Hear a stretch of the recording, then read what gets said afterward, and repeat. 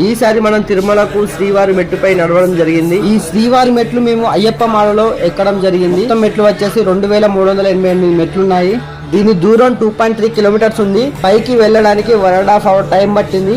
But మేము మధ్యలో ఆకుంటూ ప్రతి 200 మెట్లకు ధ్యానం చేస్తూ వెళ్ళాము. ఈ 7 కొండలు స్వయంగా వైకుంఠం కాబట్టి మన బాడీలో ఉన్న నెగిటివ్ శక్తి మొత్తం వెళ్ళిపోతుంది. ప్రకృతిని చూస్తుంటే ఎల్లకాలం ఇక్కడే ఉండబుద్ధి అవుతుంది. స్వయంగా ఆ స్వామివారు ఈ మెట్ల ద్వారానే పైకి వెళ్లారు. మా అదృష్టం ఏంటంటే మేము మెట్లు ఎక్కాక వాన పడింది. 1 రూపాయి కూడా ఖర్చు లేకుండా ఉండాల్సిన ప్రాంతం ఏంటంటే ఓన్లీ తిరుమల తిరుపతి అని చెప్పుకోవచ్చు. మేము స్వామివారిని దర్శించుకోవడానికి దాదాపు 16 గంటలు పట్టింది. మేము వెళ్ళినప్పుడు పవన్ కళ్యాణ్, చంద్రబాబు నాయుడు, అంబానీ కూడా వచ్చారు. ముందు వారాహి దేవుని దర్శనం అయ్యాకనే తర్వాత వెంకటేశ్వర స్వామి దర్శనం చేసుకోవాలి.